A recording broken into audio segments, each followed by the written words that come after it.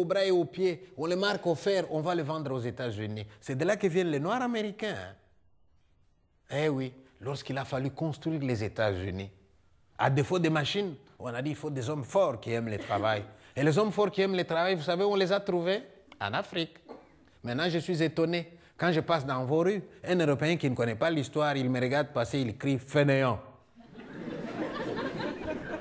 Mais quand il y a un blanc qui travaille très dur, vous savez comment on dit aussi? Il travaille comme un nègre.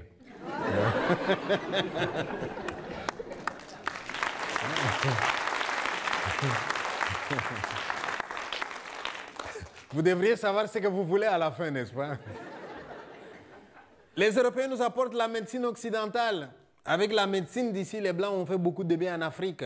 Ils vont sauver des vies, ils vont éradiquer des maladies, ils vont prolonger l'espérance de vie des gens, ils vont protéger la mère et l'enfant et l'accouchement. Et même éradiquer des maladies carrément. Chapeau à votre médecine. Et ils nous apportent l'école à l'occidental, où j'étais à apprendre à vous parler comme je vous parle en ce moment. Et pour nous, l'école, c'est une porte sur le monde. N'eût été l'école, moi je ne serais pas ici en train de vous parler.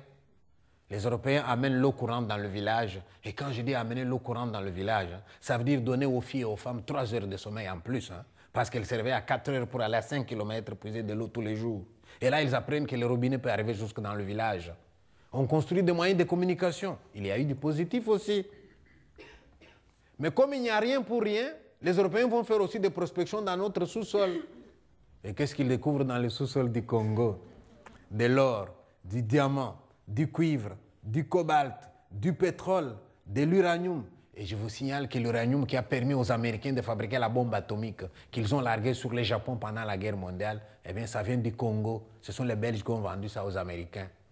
Alors puisque le Congo est si riche, il y a une grande société minière qui s'appelle l'Union minière qui vient s'installer là-bas, dans le sud du Congo, dans la fameuse province du Katanga pour extraire les minerais. C'est là que mon histoire va commencer. Ces gens qui viennent dans le sud, ils ont besoin de beaucoup de bras pour descendre dans la mine. Mais ils ne vont quand même pas prendre tous les gens du Katanga qu'ils vont trouver là-bas et les mettre tous dans la mine. Il faut qu'il y en ait qui restent aussi à l'agriculture. Donc, ils vont engager une partie des Katangais dans la mine, mais ils vont aller au Kasaï, au centre du Congo, dans la fameuse province du Kasaï. Et ils prennent beaucoup de gens du Kasaï. Allez, vous allez travailler à Lubumbashi, dans les mines au Katanga. Et moi, je suis un ancêtre, un descendant de ces gens-là. Nous sommes allés là-bas pour travailler. Mais vous allez voir maintenant les revers de la médaille. Tous ces gens qui viennent de loin pour travailler dans la mine, ce n'est pas toujours facile la mine. Hein? Vous descendez jusqu'à 1500 mètres en dessous, vous creusez, vous creusez, vous creusez. Si vous n'avez pas bien respecté les normes de sécurité, eh bien vous pouvez avoir un affaissement du sol hein, qui enterre tout le monde. Hein? Ou alors une coulée de boue qui vient de l'extérieur et qui ensevelit les gens là-dedans. Hein? Ce n'est pas facile de travailler dans la mine. Et même si vous n'avez pas un accident dans la mine, au bout de 20-30 ans, vous en sortez malade. Hein? À force d'avoir respiré la fumée et l'humidité là-dedans. Ce n'est pas évident de travailler dans la mine. Tous ces gens qui vont travailler dans la mine doivent habiter quelque part. Alors les Européens, logiquement, commencent par construire des villes qu'on appelle villes minières. Allez vous promener de ces côtés-là, vous allez voir de belles villes. Hein. Les Kassi, hein, Jadoville, eh bien Kolwezi, Kipushi, Lubumbashi, c'est de belles villes minières. Et dans ces villes, on a prévu des quartiers pour les travailleurs.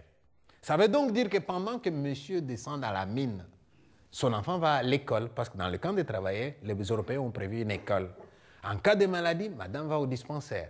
Si madame doit accoucher, elle va à l'hôpital. Et il y a même un service de protection maternelle infantile. L'eau est potable, il y a les courants électriques, l'hygiène s'améliore. Eh bien, ces gens vont se développer petit à petit. Et les années passent vite. Hein? 1960, le Congo est indépendant. Les Européens doivent partir. Oh, nous restons entre nous. Alors là, le problème commence. Parce que là,